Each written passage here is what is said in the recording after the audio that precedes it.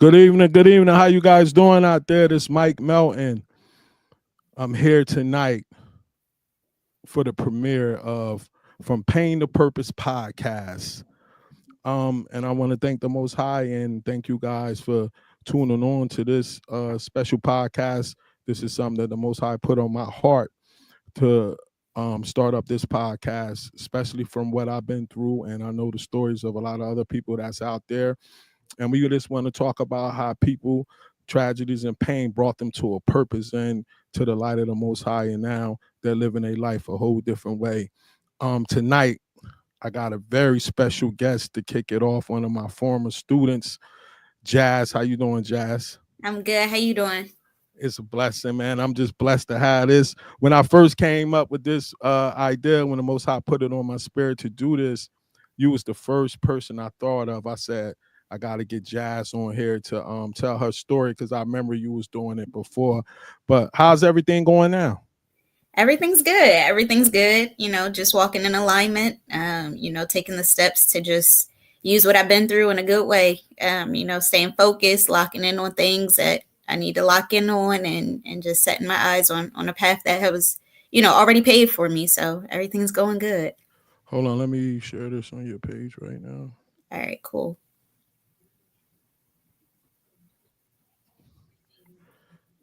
All right, we ready to go. Yeah, and that's very, very important because I always tell my clients that I work with and people that I know, we all got a story. And once we have our story, there's only two things we could do with our story. We could either use it as a testimony to help others, or we could use it as an excuse to destroy ourselves. Yeah. You know what I mean? And you chose the latter route, and I'm so proud of you, man. So let's get at it. First, I want to get into who Jazz was growing up and a little bit of history on you. So let's take it back to talk about growing up as a youngster in Red Bank, and how was it growing up in Red Bank? Oh, wow. So that's little Jazz. Yeah, that the face tells it all, right? So much personality, just from a young age. I grew up in Red Bank, right up the street from Red Bank Primary School, to be exact. I lived on Tilton Avenue, if anybody knows Tilton Avenue. My grandmother was Sue Beck, as they know her, and my mom was Tiffany.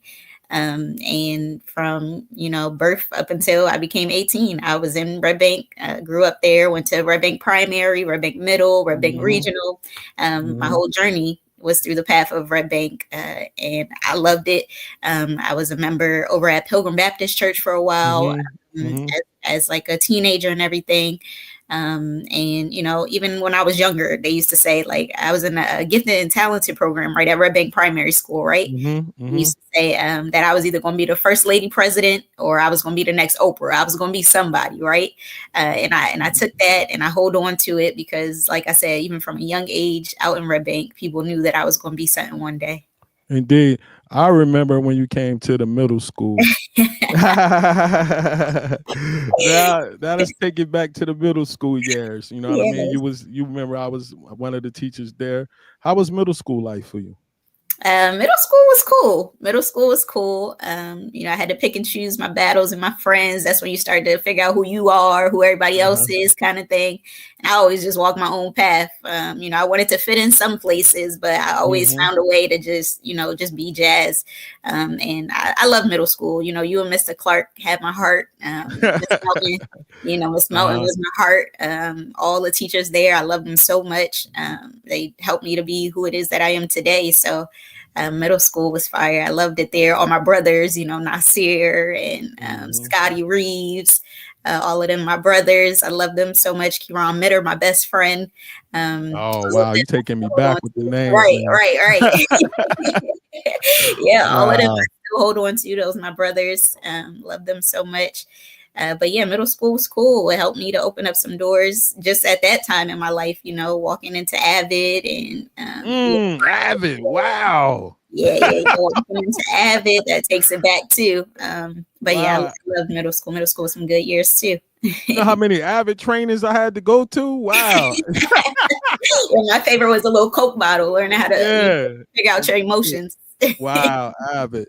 And then after that, your next stop was Red Bank Regional. Red Bank Now region. you growing into the nice young lady. Talk about those years and how they formed your life. Yeah, high school was a bit challenging. You know what I mean? Those are years Mm, when you're trying to figure out who you are for real because you're getting ready to go off to college or you're getting ready to figure out what life is going to give you. And I mm, personally was suffering mentally during my high school years. I was wow. battling with depression and anxiety, and I didn't even know what that stuff was. Mm-hmm. But I was going through some things, and I used to stay in. They call it the source at the high school. They call it the You source. did. Stay You in there. did. I was getting counseling from Miss Liz up in there. Everybody knew if you can't find me, you could find me in Miss Liz's office. Like it was like a hiding spot for me, but it was Mm-hmm. also my comfort spot. Mm-hmm. But I used those years, to play sports, to just try and do different things. I was into everything, did dance, did sports, tried to be the class president my high school senior year. I tried to be the class Wow. didn't go so well, but I ended up being homecoming queen. So All praises. All praise. this Congratulations on that. yeah, yeah. So high school was cool too. I had to pick and choose my battles, pick and choose my friends. First Mm-hmm. heartbreak, second heartbreak, all those things. Mm-hmm. But I think high school shaped me into who I am today too. Yeah. Talk about life after high school and then relationships and things of that nature. What was your goals and how was life going once you got out of high school? So I actually tried to get out of high school quickly. I actually did dual enrollment. I was trying to be out. I left school early every day because I did dual Uh-huh. enrollment with Brookdale Community College. So Mm-hmm. I was earning college credits while I was finishing my senior year. That's a thing that Mm-hmm. you do. So I was leaving high school early every day up until that last day when I walked across that field, and I was done. Mm-hmm. I knew that I didn't want to stay in New Jersey. I knew that I didn't want to stay there, but I ended up at Kane University for a while. That's Um, where I went, my alma mater. Oh, Okay. okay. All Go ahead. right. Go Cool. ahead. Cool. Yep. So I went to Kane University for a semester. I became the class president there of the freshman class at Mm, Kane University, mm, which was pretty dope. But I also kind of lost myself in the midst of it all. You know what I mm, mean? Trying to figure out who I wanted to date, trying to figure out, who I was as a woman and losing myself as a woman during those mm. years, giving myself an identity that I didn't want to have. But I had to go through that to help some people through it now. You know what I mean? Because All a lot of people praises. see me and they think that I'm perfect and that I'm holy and I'm sanctified, but I done been through some things. I done did some things, Mm, mm-hmm, and college brought that out of me to a point where I had to figure out who I really was. Like that was the time where I was like, all right, this ain't who you are. That's not who God called you to be. Let's figure out, what we can do with this. So I ended up leaving New Jersey. mm-hmm, Right after my first freshman year there, I ended up in Maryland at Towson mm-hmm, University. Got mm-hmm. accepted to Towson, spent a semester there, but school just wasn't for me at that time. And it's not for everybody, you know what I mean? All facts. Sometimes when you go to school, it's cool, but it's like if it's not something there for you, if you can be more than that, if you have talents and gifts that you can use outside of an education, go ahead and do that. Education is important as well, you know what I mean? But just figure out who you are first and figure out what it is that you can attach to your gifts and your education at the same time. So that's what I did fresh out of college. And then fast forward a little bit after that, I ended up, falling in love again, becoming a mom for the first time, Mm, giving birth to my first son in 2017. Yep, mm, that's my Nas. mm, Nasir was born. That's the next step. mm, mm. Now let's talk about life was when Nas was born and how your life changed and how did you enjoy motherhood at the time? Man, it was a beautiful thing. It was hard. It wasn't easy, but it gives you purpose. A child gives you purpose. Mm-hmm, So when I had Nas, I was staying at home as a stay-at-home mom for a while. But mm-hmm, then I also decided to go back to school. So his dad was helping me, as I was getting through school and things like that. mm-hmm, But when I was a stay-at-home mom, I ended up becoming a blogger somehow. mm-hmm, And I was writing blogs, I saw it on the internet and social media that you can be a stay-at-home mom and do things like writing blogs and stuff. So I started a blog called Young, Gifted, and a Mama. And mm, as I was writing them blogs, I'm like, I write a lot. Like I could really turn this into something. So I Googled how you write your first book. So the mm, birth of a child turned into me becoming a self-published author. In all 2018, praises. I took the words from my blogs, turned it into a book, published my first book Mm, in 2018. And then I just took it from there. I started doing speaking gigs. I started writing more words to make more mm, books. Uh, mm-hmm. and then, all of a sudden 2020 rolls around and life takes a drastic change. And in 2020, you was hit with a tragedy. You know what I'm saying? You don't have to go into the details, but what was the tragedy about in terms of like what happened? Yeah, so for those that don't know, the image that's pictured here, this is me visiting my son that you just saw, Nazi. This is me sitting at his gravesite because on April 12th of 2020, I had to make the decision of taking my son off the ventilator. It wasn't even much of a decision left because by the time I got to the hospital after the incident, he was cold as ice. He was cold as ice. It was to the point where my mom came to visit and she just like, Jazz, why is he so cold? And I could still hear her saying those words because it's like, it was sad. You know what I mean? It was painful. And we didn't understand why, because you never think that a child is supposed to go, but God never said that. So I sat at the bedside. And as I was sitting at the bedside, I just knew it was time to let go. But I wanted to know what I was going to do once I let go. This was my child. He had given me reason. I went back to school for him. I wrote books for him. I did everything for him. And that's when I finally realized that when you do things for the things of the world, which includes people, you lose those things. And that's when you lose yourself. So my son was of the world, right? He was flesh of the world. So when I lost him, I wasn't supposed to lose myself. I was supposed to find myself because everything that I do should be for God and not for my son. So at the bedside, I was like, God, you got to tell me what's next. You know what I mean? Like in that moment, like it's either it was going to break me or it was going to make me. And knowing me, I wasn't going to let it break me because nothing is going to break me when I believe in God, right? So I took it. I asked God what I was going to do with it. And instantly I knew I was going to save another child's life. And I knew that I was going to save souls too by using the gift that he had given me, which was my voice, which was my story. And I started to run with it. During this time, who was there for the support? Because this had to be a trying time for you. Like, who was around you for support? I had a ton of family, first of all. You know what I mean? My mom, I'm an only child, but you know, my mom was there for me. My stepdad was there for me. My immediate, extended family was there for me. But most importantly, where I found the most comfort was in the people that were just as broken as I was. I turned to my followers that were already following me because of my first book, following me because of my blogs, all that stuff. But those people, a lot of people say, you can't seek validation from other people, but they didn't validate me. They just gave me a sense of feeling as if what I was doing was going to be meaningful to somebody. You get what I'm saying? So I wasn't seeking for their approval. I wasn't seeking to please them. I was more so seeking the ability to be able to pour into them so that I could get back more for myself. So between like my family, my close friends, and between my followers, I was set, and I'm still set because they still here. How did you deal with triggers after it happened that reminded you of the situation? I know for me, and you know the tragedy that I went through, and different things took me back, especially early on, going to different schools, going down different streets, hearing different songs, things of that nature took me back to that moment. What were some of the triggers for you, and how did you go about being able to get past that? Man, it's crazy because, well, like I said, when I sat at the bedside, I was trying to figure out what I was going to do next. And healing other children was the first thing that came to my mind. So I put myself on a journey of becoming a pediatric nurse practitioner. Gave up, started up again, gave up, started up again. And the reason why I kept giving up is because the sounds of the machines in the hospital would give me PTSD. I couldn't even sit in the hospital room long enough during orientation to hear the sounds of the machines without seeing my son laying at the bed where another child was laying.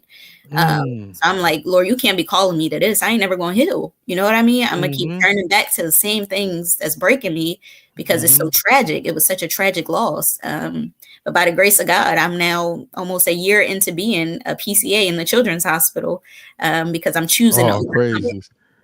I'm choosing to overcome it. And at some point in your life, you got to use what's trying to break you and allow it to make you who it is that God has called you to be. So the songs, when I hear songs on the radio, I don't let them put me in a place of devastation. I cry when I need to.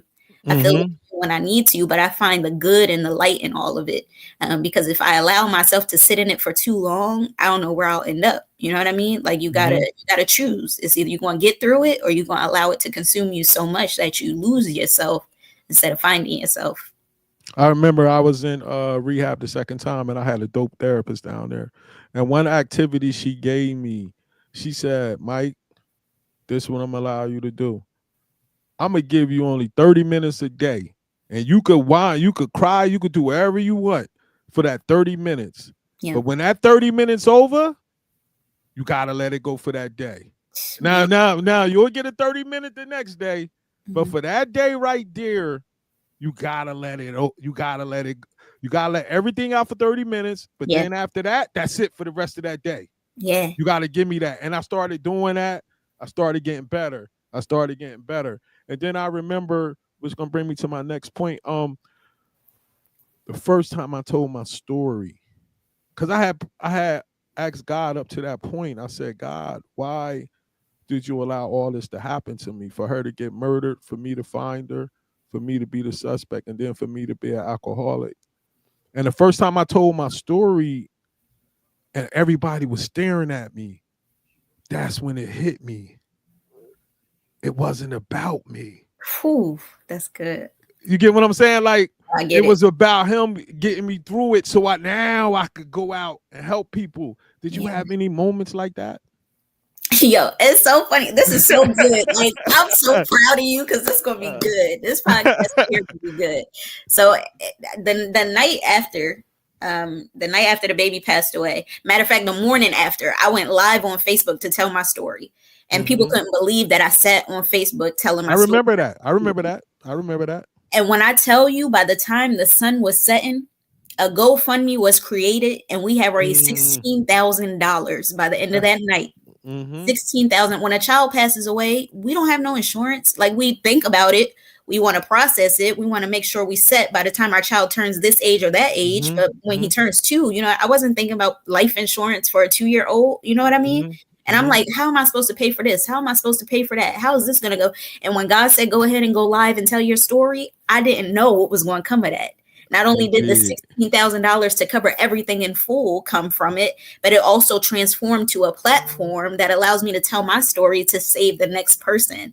Like, it's a beautiful thing. And it makes you just want to keep going and keep doing it. But I can honestly say it's times when I don't want to do it because I don't feel as if I'm strong enough. But that's when you turn back to your faith and you remind yourself that you went through this for a purpose and a reason. Indeed. So then you moving along, you start understanding that it's time for you to make a move towards your purpose. Yeah. What was one of the first things that you decided to do when you said, all right, I got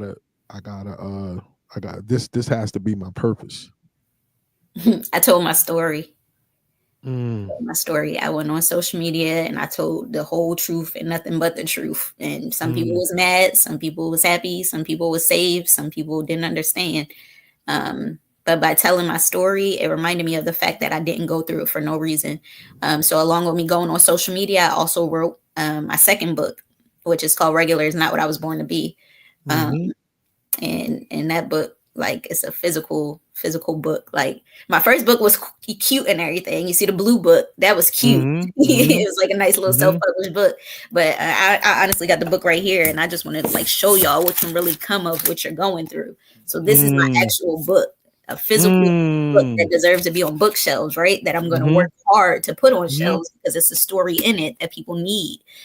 So I just turned back to what it was that I was doing prior to the loss. I started getting back on social media. I started writing another book. I started booking speaking gigs. I found a church home. I started going to church and, just trying to keep living. That's what I did. I just wanted to hold on to who I was so that I didn't lose it too much and allow it to break me. Yeah. Along the way, we all still go through hiccups and stuff.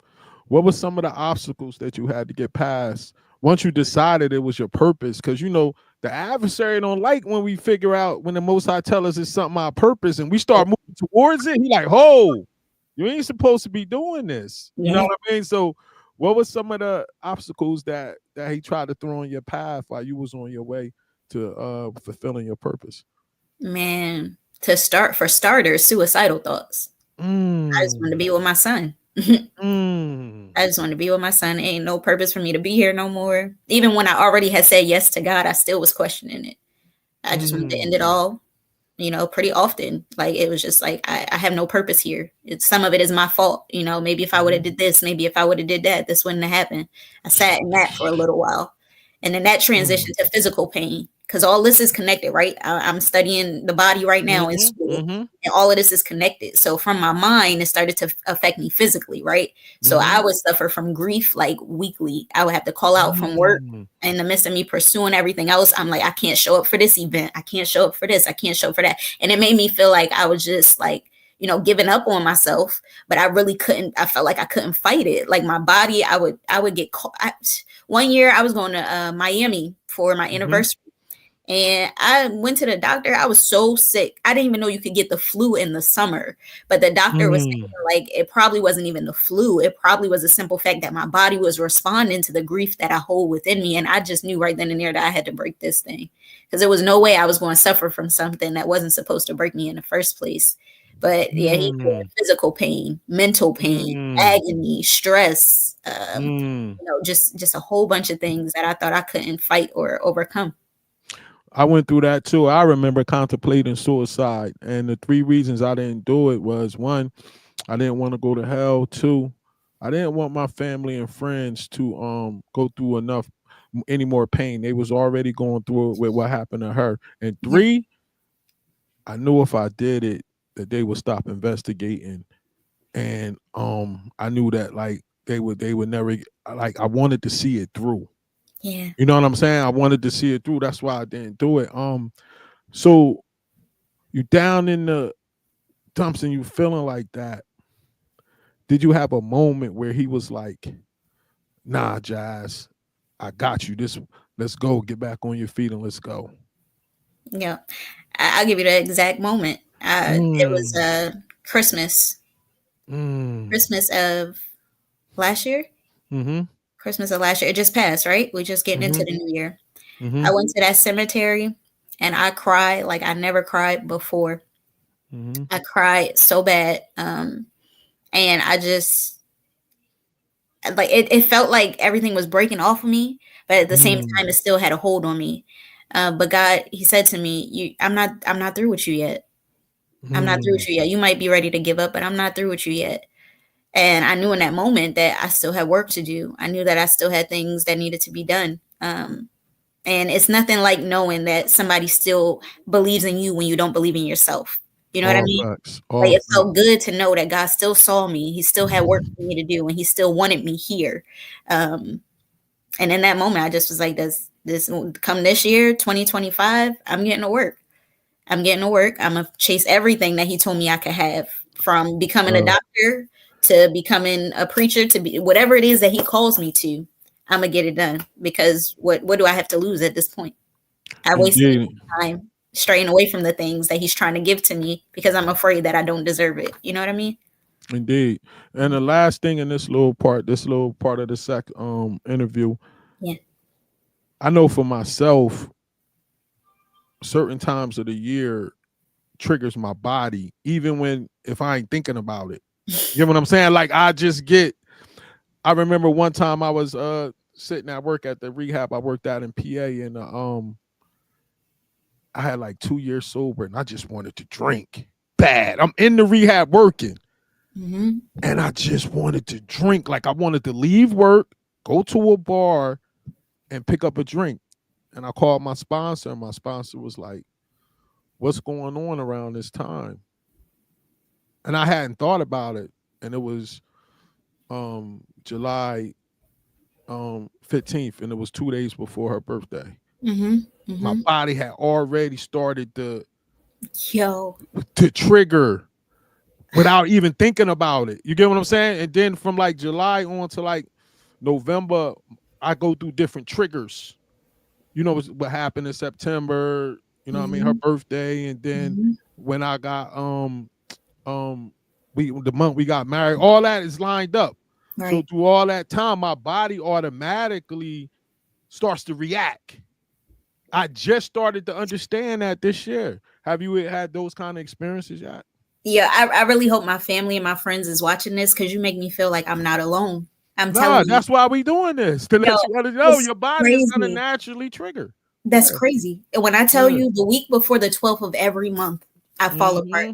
I get Yep. physical aches. I get Yep. mental headaches, Yep. fevers. Like my body, I can't move some of parts of my body. It's like I got arthritis in my fingers, my feet. My mom says, "Wow," because you literally, Yeah. It's real.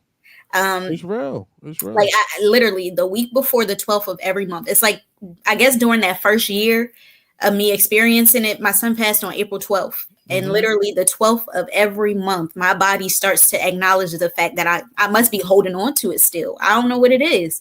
But literally every week before, I know it's getting ready to happen because I get irritable. Mm-hmm. I'm tired. I either eat Mm-hmm. too much or don't eat at all. I Mm-hmm. start crying randomly. It's like Mm-hmm. I don't want to feel it, and that's the worst part about it. Like I want to Mm-hmm. fight it, I don't want to feel it, but I gotta feel it for some reason, and nobody will understand that unless they go through it. You literally just told my story. Indeed, because your body already is trauma. It's past trauma, and your body is already used to it, so it just starts to react to it. So now, what I do now is understand that, right? It's gonna happen. So now I just let the feelings come through and go out. Before I used to try to fight it and do different things, but now I let the feelings come through and go out. You get what I'm saying? Yeah, Like that's one thing that I had to learn. So now let's get into the other side of it. Once you start doing the things you was doing, let's start with you did the walk. You yeah, know what I'm saying? Take us back to that moment when you yeah. came up with the idea and who helped you put it together. Give me the whole plan. Like, how did everything go out? Yeah. So it all started with a dream. Mm, And I had a dream of my son. It was like a living moment, but it became a dream of when he used to tell me about an excavator, and I'm like, "What is an excavator?" So one day we was driving in a car, and I said, "Oh, Nazi, look at the." I forgot what I think I said the digger. I said, "Nazi, look at the digger over there." He said, "No, mommy, that's an excavator," and he was only like mm, 2. So I'm like an excavator. So if you look at the logo there, I started a foundation called the Lure Foundation, and mm, across from Monmouth Memorial Park, where my son is buried, it's mm, like a field of excavators. I kid you not. It's like a mm, whole skew of, I guess they work over there, and that's where they park their little excavators at. mm, But I took that dream and that memory and I made it into a foundation, the Lord Foundation, which is mm. laying our angels to rest. So Perfect. I created that foundation to help other families that are unprepared for whatever it is that they may face when a child passes away. Mm-hmm. Um, and I didn't fall through with it. It's still a thing, but I haven't really been working on it because I've been, like you said, every month I'm going through something physically for a period of time where I just give up on Mm-hmm. everything. But I created the Lord Foundation, and as I was pursuing the Lord Foundation, I turned that into the idea of remembering him for his birthday this year in a different kind of way, the year of the Mm. walk. So I came up with Nazi's 6K Fun Run Walk.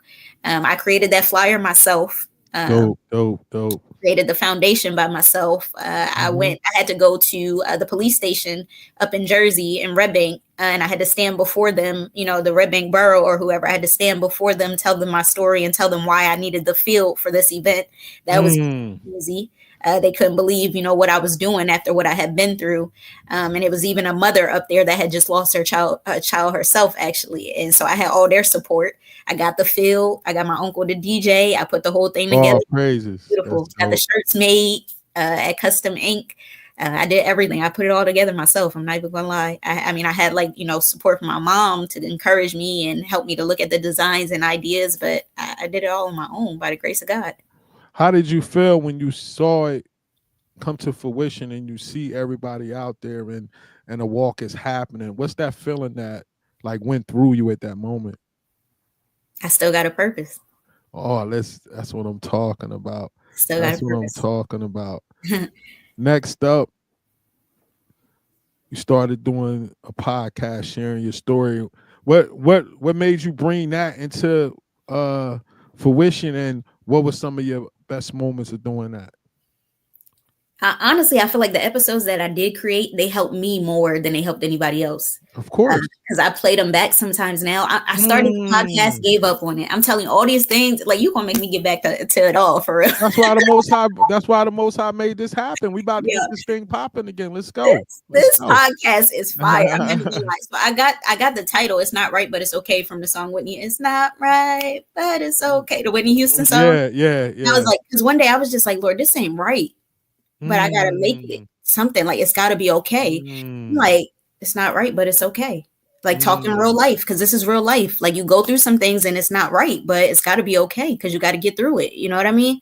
So I turned it into a podcast, made I think I got like 9 or 10 episodes on there, and I love them, and I want to fall back in love with them. I want to get back, plug my mic back up, and just give it another try. But yeah, it's dope. You could even get on this StreamYard thing. This StreamYard thing is dope. It's easy to set up. I see how you good at doing the Canva thing. Is like you could set StreamYard up the same kind of way. Jump on here. I'm telling you. Too. I made my podcast cover too. Yeah, indeed. Do all of that. I'm proud of you when it came. So much potential, man.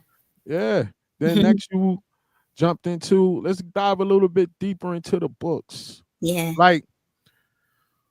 Cause I'm in a dilemma right now because I started doing mine, but the problem is, and this for anybody out there that's listening that might know somebody, I think my story is too much, and I don't want to blow a huge opportunity trying to do something myself because I'm not an author, where somebody else could take it and really put it to that next level.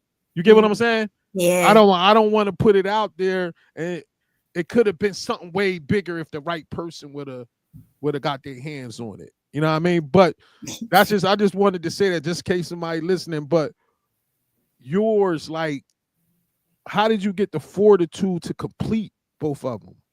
Because I need something like that. Like, how did you get the fortitude? Like, how did you keep going? Because I got a lot done, but I can't get over that next hump. Did it take a while? Like, give me your story on it.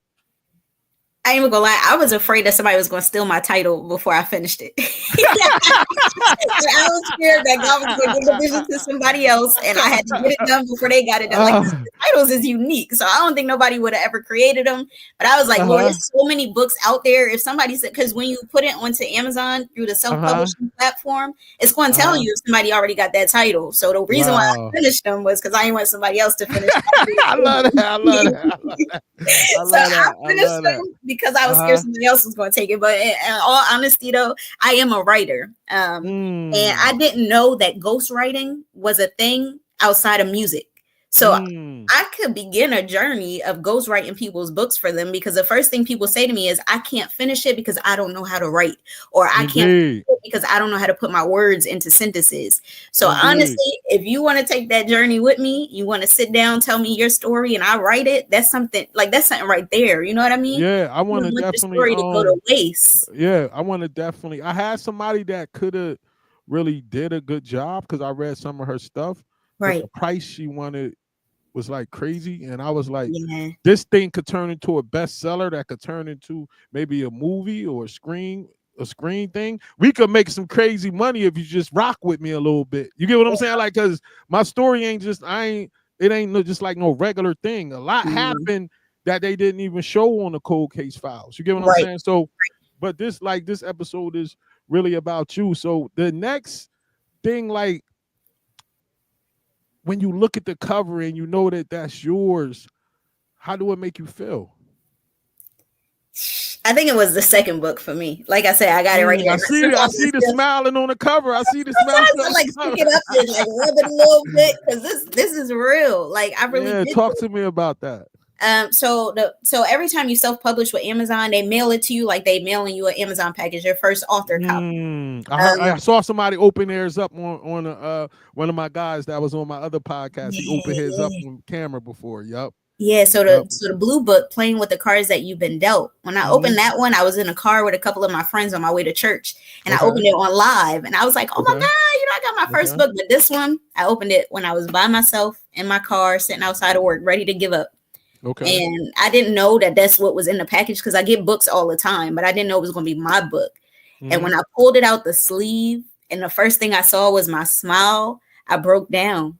Does this mean that I have really did it? And then when I pulled it all the way out and I held it, I was like, yo, this is not a regular book. This is a book. You get me charged. You get me charged. I gotta do it. You get me charged. I gotta do it. My, let me tell you, that moment when you pull it out that sleeve and you see that it's completed and finished, you can't help but to praise God and to thank yourself for pushing through because you did it.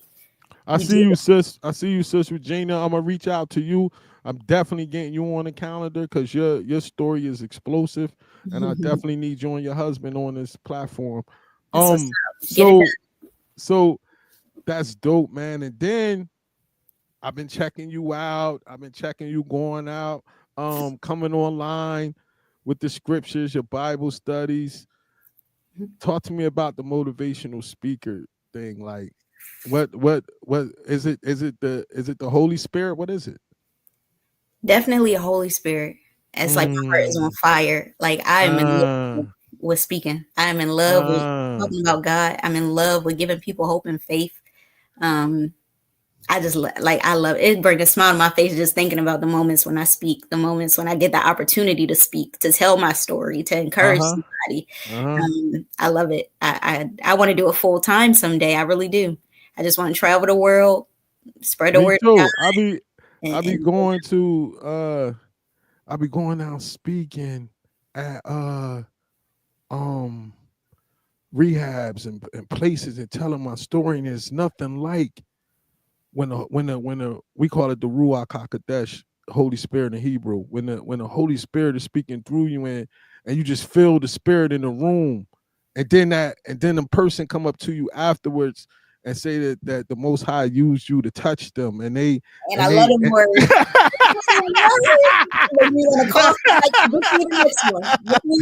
You know what I'm saying? You know what I'm talking about. That's when you know you're living. Yeah, man. No money anybody could offer you, no money you could make, nothing nobody could give you could replace that feeling. Yeah. When that person come up to you and say, you made me want to turn my life over to God. Yeah. And the crazy part is the blessings come with it. You don't even got to worry about the blessings. Yeah, the other day I went live.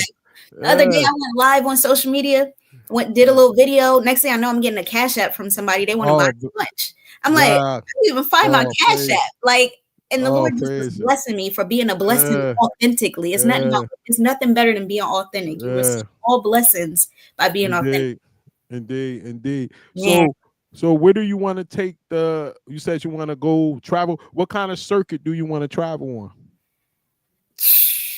I don't even know. I don't even know. I just want to go. Like, take me anywhere, everywhere, any kind of way. You know, I just don't want to get so caught up in it that I lose the remembrance of who's seeing me through it and bringing me through. That's the only thing I don't want to lose. But I definitely want to travel. I want to go like continental. I want to go universal. I want to go country to country. Like, I want to go as far as I can go. And then your life started to move on. You had a new relationship and things of that nature. And then the Most High said, "You've been doing my work, and we're gonna. I'm gonna send you. The Most High sends you. How you say his name? Kyer Mari. Yeah. Wow. Talk about this whole experience when the Most High blessed you. Like, just take me there, because this is your story.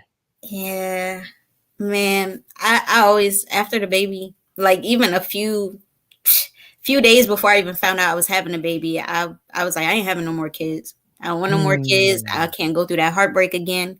I don't want no more kids. I got home, long be short. I was pregnant the whole time the words was coming out of my mouth. And I just knew that it was time for God to give me back some breath within my body, some breath that I had lost, because the loss of a child will really take your breath away. But when I knew that Kyer was on his way, I wanted a baby girl because I was afraid that I would compare the two boys. So I wanted a baby girl. Like, God, just give me a girl so I don't got to compare them. But when we went to the ultrasound appointment, I took all my immediate family with me for the gender reveal. And Dope. when a lady told me that it was a baby boy, I knew that I had to bring him into this world so he could be who God wants him to be as well. And the life of my son he's amazing. Like that kid, he's got so much personality already. He just turned 1 this past Friday. That's his picture here.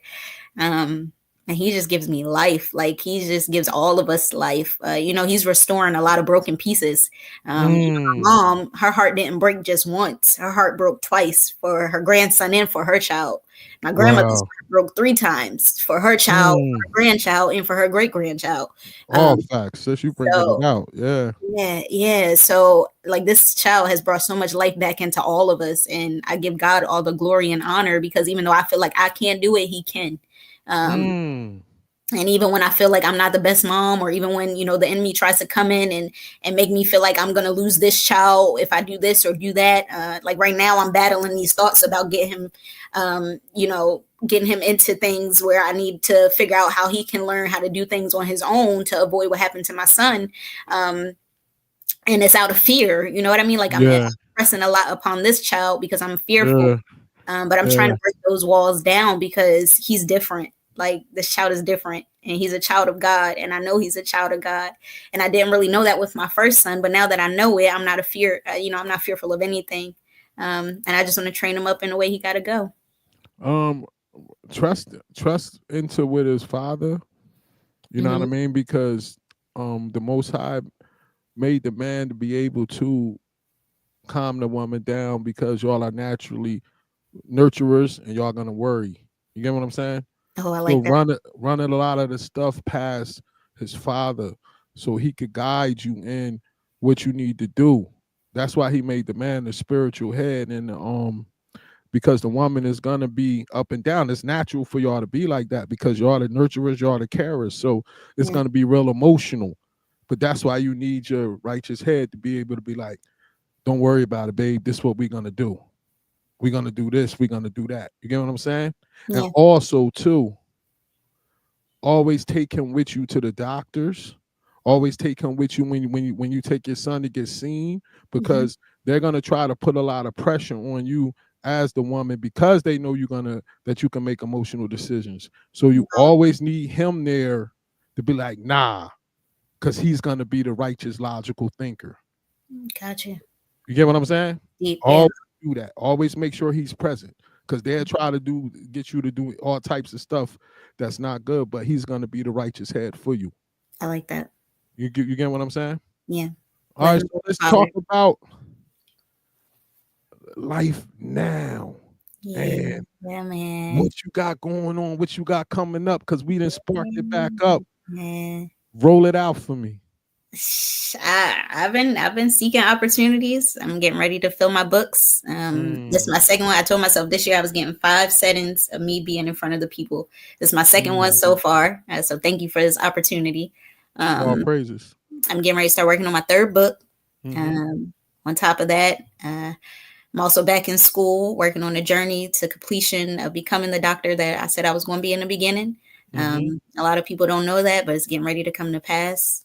All praises. Yeah, so I'm busy and I'm just being a mom. I'm just taking more initiative to complete that self-care thing too. So, I'm learning to be more authentic with myself so that I can be authentic with the people as well. So I'm learning myself. I'm growing in my career goals, and I'm also pursuing more of the entrepreneurial journey because I deserve to, right? And this is my sister, Regina. Hey. She has a serious story. I'm going to link you two together. Please. So y'all could build, you know what I mean? Because y'all both went through the same type of thing. You know what I'm saying? So then y'all could build and take it from there. In closing, if you sat down with a young lady that had just experienced what you experienced, and you had to see her face to face, or say the hospital where that people called you in, and you walked into that room and she was sitting there, what advice would you give her?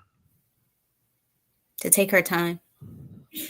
To believe that time does really heal wounds. to hold on to the fact that something's better got to come of it. Yeah, I didn't really take my time. I wish I would have taken more time to get to where I am now. I tried to do all that it is that I'm getting ready to do now in a place that I wasn't supposed to, in a place where I healed, in a place where I was holding on to more than I needed to. Unforgiveness, pain, agony, PTSD. I tried to be who God was going to call me to be eventually at a time where I wasn't supposed to. So I just want her to take her time to believe that it will get better and to believe that it didn't happen without a purpose. Do you feel that sometimes people try to rush people grieving process? Oh, yeah.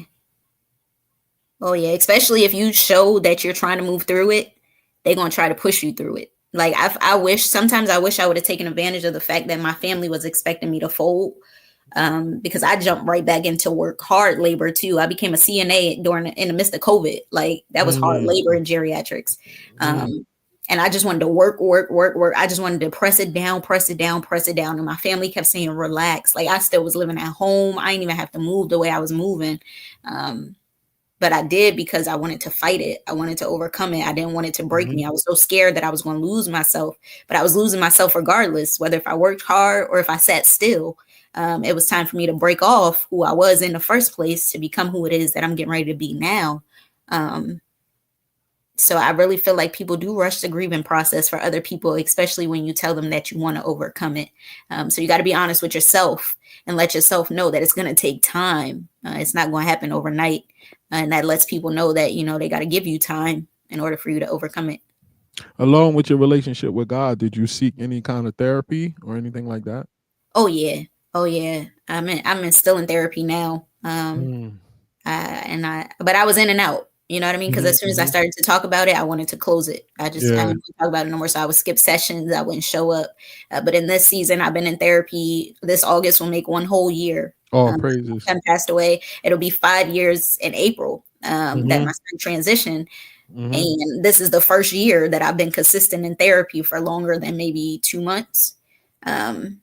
And I'm glad and I'm happy. And I encourage people to go through therapy because it helps you to peel back layers that stem from birth. Like it helps you to peel back layers that can help you with, overcoming the things that you're going through better than you ever had before. So yeah, I see God and I see my therapist. She helps me through a lot of things. Yeah. Are we going to end this on a positive note? Let's do it. Give some shout outs to some people that really was there to help you through this process, man. First and foremost, to God be the glory. I thank God for all that he's doing, for all that he's done, for how he's keeping me in this season, for how he's using me in this season. Second and foremost, my mother. My mother. I remember her. I don't know if that's a good or a bad thing because she was cool. Ain't nobody, everybody was cool with me. It was all love. Yes, so my mom, man, she's carried a lot of my weight. She's carried a lot of my weight for me, and I can't wait to give it all back to her and to let her load be a little less of what it is now. Because when I get to that place where I'm able to take care of her, I'm gonna really take care of her. All praises to my grandma. My grandma, she don't say much. The grandmas, they be chilling. Like she don't say much, but she's there. She's present. I love my grandma, my mom, ladies of my life. My stepdad, Joe, was there through it all, kept a roof over my head through it all. I appreciate him for that. To my fiance and his mother, saw me through. They kept me in these rough seasons. They carried a lot of my weight too. To my friends, my dearest friends, my friend Tori, she has my heart. She's a close sister, more like a sister. It's nothing like somebody being a sister before they're a friend. My friend Tori, she kept me through a lot too. She saw me through a lot. She knew my son, my first son, was a student of hers, and she knew him from that. And I held on to her in the midst of it. All my friends, all my family. Shout out to all of them because they haven't failed me yet, and I appreciate them. Thank you so much, Jazz, for coming on. My first guest. It'll never be another first.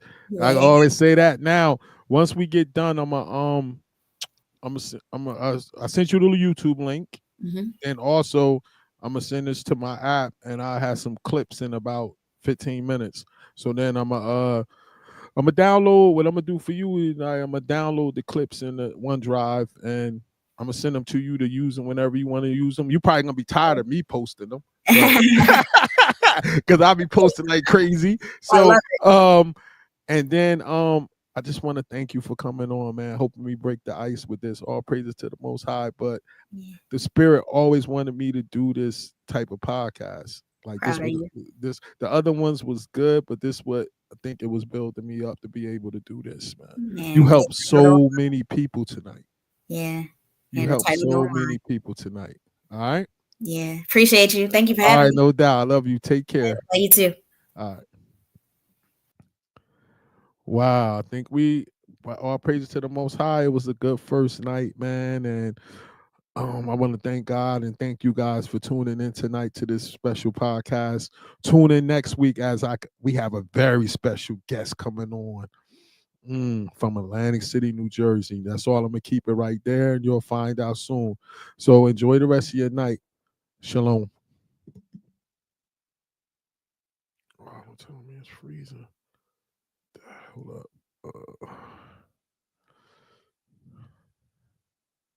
It's freezing.